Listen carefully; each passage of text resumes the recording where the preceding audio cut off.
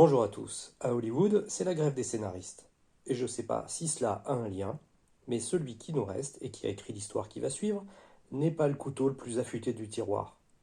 À moins que ce soit le personnage central de l'histoire, un voyageur du temps, qui lui non plus n'a pas inventé la machine à cintrer les bananes. Et on peut se poser la question, car déjà dans ma vidéo sur la monnaie de 2039, un voyageur du temps a égaré une monnaie.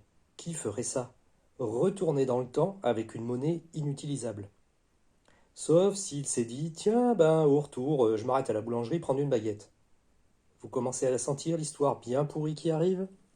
Bon, allez, un petit bout de vidéo pour poser le contexte.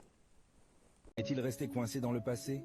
En 1995, cet ingénieur a tenté de créer une machine à remonter le temps. Son idée était d'utiliser des lasers pour réduire la pression de l'air et pouvoir voyager dans le temps. Mike était un ingénieur isolé et il a reçu des dons anonymes pour financer sa machine à remonter le temps. Comme tout bon voyageur du temps, le personnage s'appelle Mike, et il est américain. Alors, il a suivi une formation d'ingénieur, et il a construit une machine pour voyager dans le temps. Donc voilà quelqu'un qui sait utiliser correctement son compte CPF. Ensuite, la litanie habituelle, financement occulte, ciblage par le FBI, échecs et réussites diverses et variées. Je vous ai un petit peu épargné cette partie. Lorsqu'on lui a demandé ce qu'il ferait s'il pouvait voyager dans le temps, il a simplement répondu « Mon téléphone portable ».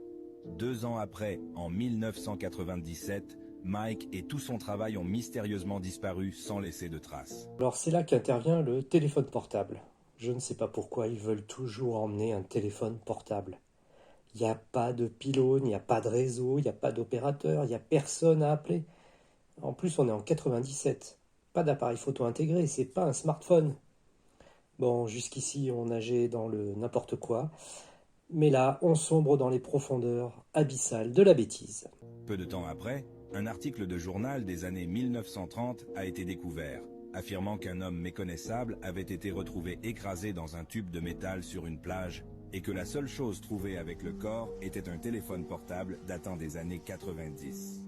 Donc notre promeneur disparaît en 1997 et on retrouve un article des années 1930 que l'on va lui rattacher.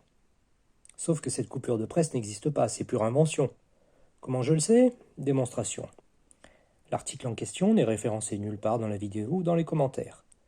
La photo n'a aucun lien puisqu'elle provient de Hate News Now. Il s'agit du corps d'un homme assassiné, enfermé dans un bidon et jeté dans le lac Mead, qui se trouve en gros entre l'Arizona et le Nevada, non loin de Las Vegas. Un crime relié à la mafia et donc pas inexpliqué.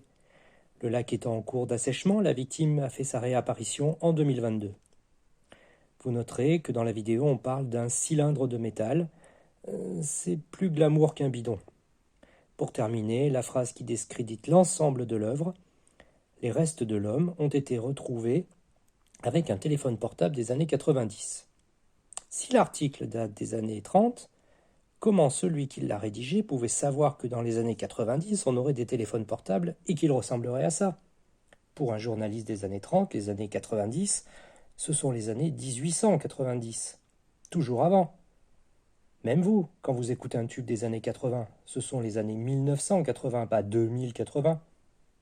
Donc si ce n'est pas une voyante extra-lucide qui a rédigé l'article, celui-ci n'existe pas.